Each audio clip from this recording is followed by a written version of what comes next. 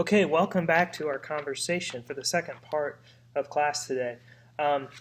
Carrie Doring covers some really interesting topics in this chapter, the basic aspects of basic ingredients of a caregiving relationship. She talks about different types of empathy on page 40, including a cognitive empathy where you can take the perspective of another person, an emotional empathy that just is when you pick up on a caregiver's feelings intuitively, and then this back and forth between your own empathic sense of what the other person's going through, and then times when you might just be emotionally flooded or spent by it, and you can no longer be a caregiver for this person because the feelings just come out in ways that aren't helpful to them. And so she says that good listening is a back and forth between kind of showing respect, showing compassion, which requires a kind of spiritual practice and attunement. And she warns against fusion, which would be over-involvement with another person's story. And you might pick up on your own tendency towards emotional fusion if you like I did when I was in seminary. I was working in a church, and an elderly person in the congregation kind of emotionally cornered me, and I took this person on as a project and got over-involved, and I realized through reflecting on it some in supervision for ministry with this supervisory system we had there at Princeton was that I was kind of being hooked because this person reminded me of someone in my family, my grandfather, and I felt a kind of guilt or obligation in relationship to this person that was outside, too big for the relationship itself, and it had to do with the stories that I brought. So there's different kinds of stories that people bring,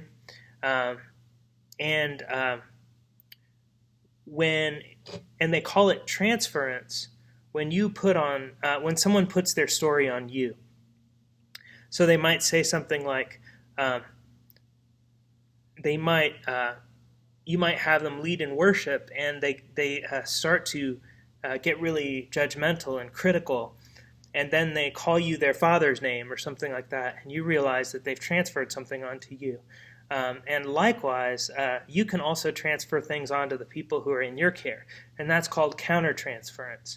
And that's when you have a favorite patient or a favorite parishioner, and you don't realize it necessarily, but you've put on them your own story, and they remind you of someone, and that's why you have a particular mission in relationship to them. So the goal in pastoral care, you never eliminate the transferences or the countertransferences, but the goal in pastoral care is to become aware of them.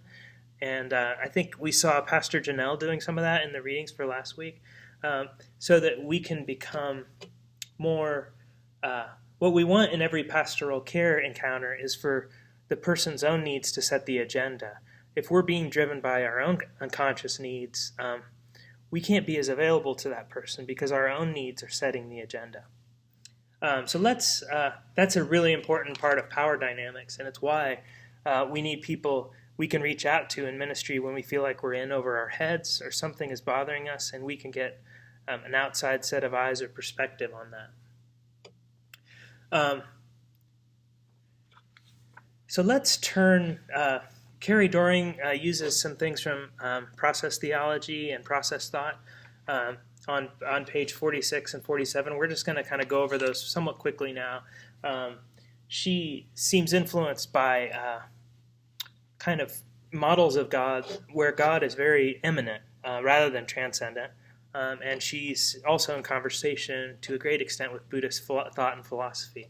And some of you might also find you need some kind of framework that's has a more transcendent God in order to equip you to do pastoral care, but we can talk some about that as well.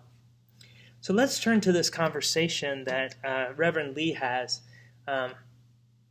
after he discusses his in a support type group, CPE style support group, where he talks about his conversation with Mrs. Wood. And this is the place where he gets a chance to reflect on his own feelings about the pastoral care situation. So and my sense is that he also had a lot of conversations beforehand that equipped him to get to this place in his journey. So not only is he looking back on that conversation with Mrs. Wood, I think he had a lot of conversations like this before he got to the room with her, in order for him to kind of be surrounded by, to feel like his story was heard so that he could be helpful to her. So what are some of the feelings that he shares? He talks about feeling sad and also judgmental. I don't know how we want to describe that feeling. And he does some social analysis on the relationships between power from the West and people in a Korean context in terms of prostitution and poverty. He describes how it would have been much harder for him if the mother had been the one to have the conversation with him, but we're not sure exactly why. Whether that's someone that he would be reminded of, and how his own theological and religious perspective might have entered in here. So we get the sense through this conversation, and he writes down his conversation with Mrs. Wood, which is why we have it with us today in a verbatim form, is that he had a lot of big feelings around this conversation. And we're not sure what they were exactly, but it seems like, his conversation in 6, 7, 8, 9, and following makes me think that maybe some of the countertransference he was experiencing was that Mrs. Wood reminded him a little bit of his daughters. So he might have been, Reverend Lee might have been a first-generation Korean American, and Mrs. Wood and his daughters, second generation. And so in the kind of the cultural struggles of assimilation, they might have been at different places culturally. But Reverend Lee indicates that in response number 6, he indicates that he had to go through some difficult challenges with his second generation daughters around acculturation. And he might have wanted them to respect more of the heritage that he came from, and they might have taken on more American attributes and assimilated more. And number 7, he also says he had to go through a process of self-exploration, including his own teenage years in relationship to Mrs. Wood's story. So his friends in this group do a nice job of accompanying him. They're somewhat interpretive in, like Amy Jackson, number 2, and Jay Kim, number 7. But there's also a lot of open-ended questions, like how so, or that's interesting, room for following up. And at the end, we hear Sam Lee talk about some of his own spiritual practices that kept him grounded in the room. But we also hear him talking about wanting to see Mrs. Wood again, which would be an interesting question to explore. What's the nature of that wanting to see? Is it kind of wanting a next part of the story? Is it wanting to be helpful, or is it wanting in some ways to meet some desires of his own in relationship to his daughters, or the transference that he's putting on Mrs. Wood in this relationship? So there's two kinds of things going on. There's a religious appraisal. He says he would have judged her. And there's also a desire to meet with her again. So we might wonder how those two go together in Reverend Lee's own story.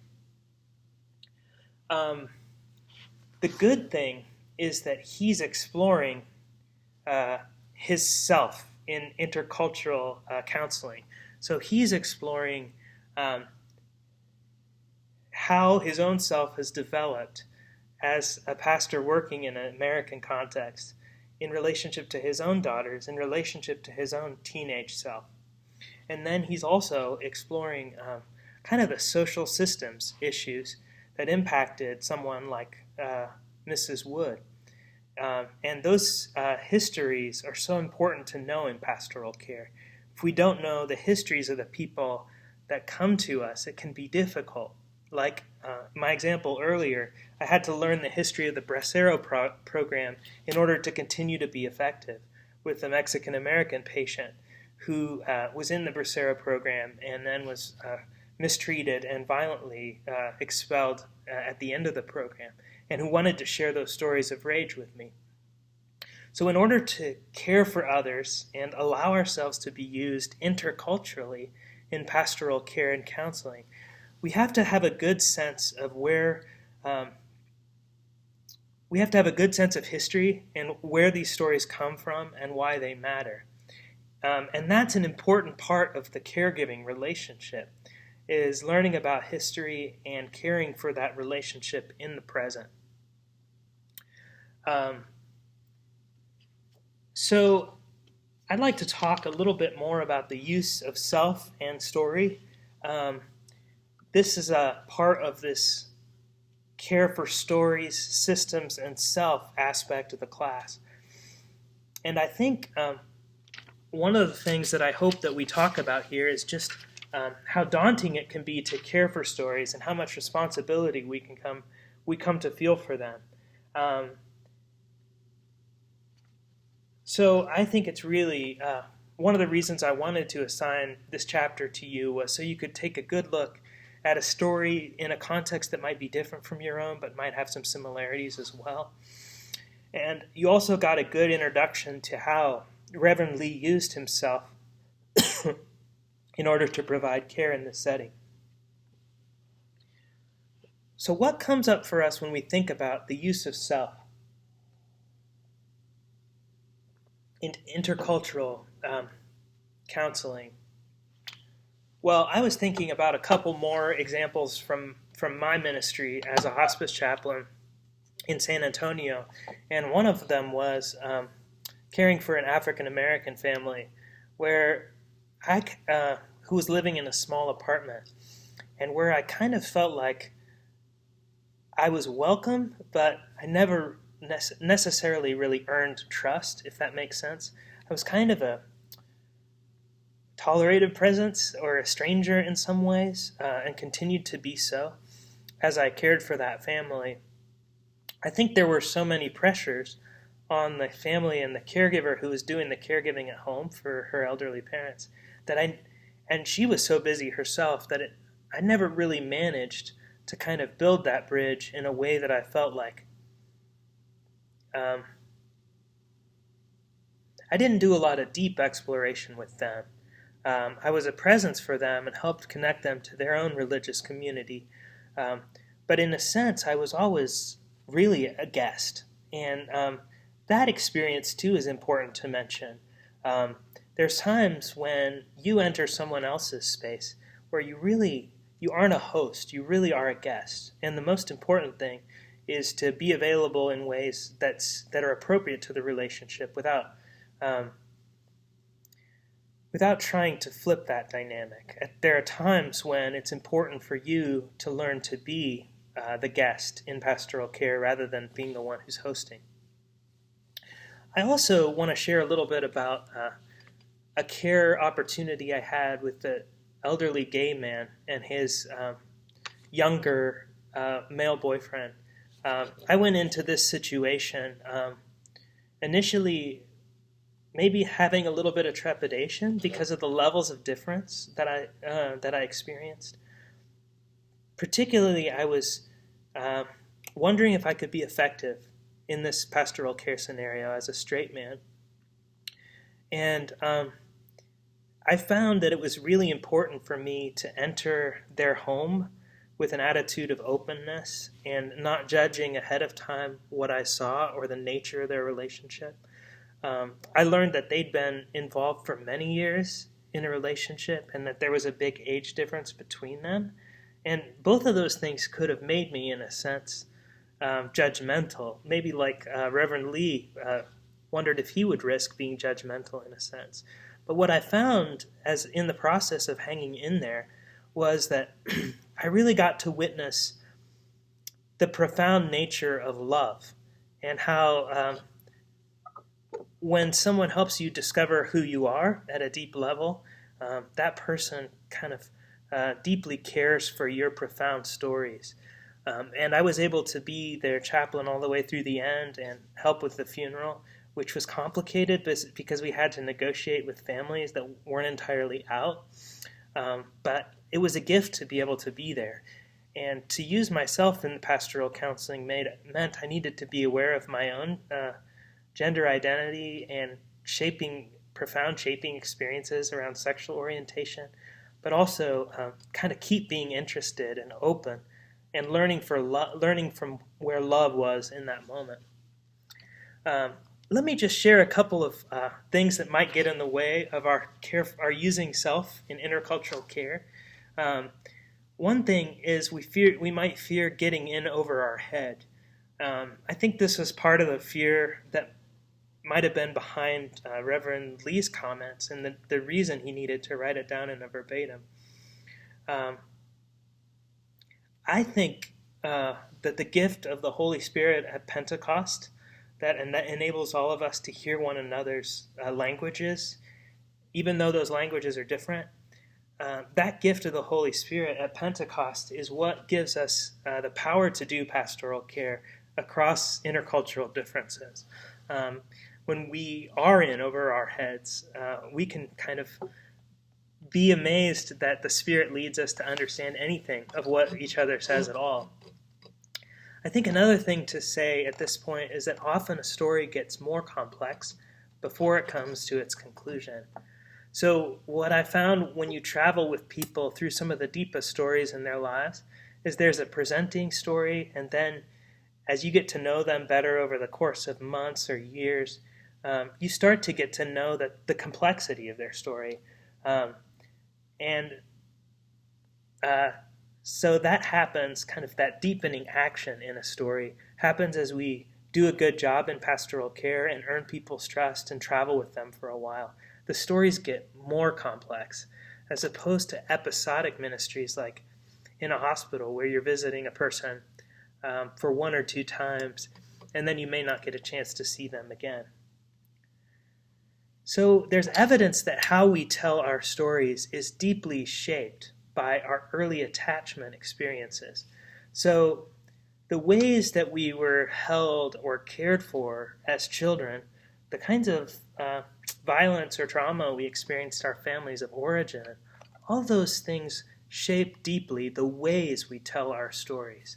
So if you ask somebody about what their parents were like, they're bound to tell you a story in a certain way, with gaps in it, with stops in the pauses in the story, and those gaps and those pauses actually give us a lens into those early caregiving relationships.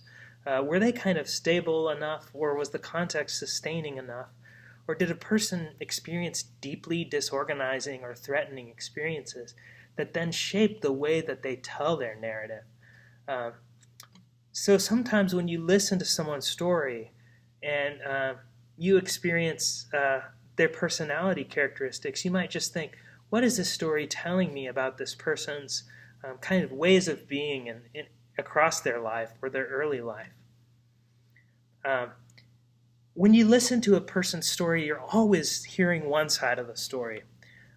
This is important because in this story from today, you only heard Mrs. Wood's narrative about the Cold War of her parents' relationships. And you would have heard something different, I think, if you ask her mother, or again, if you ask her father. So often in pastoral care, you hear one side of the story. And this can be important when you're doing pastoral care in a congregation, that you don't get hooked by one side of the story for so long that you neglect other aspects of the community story.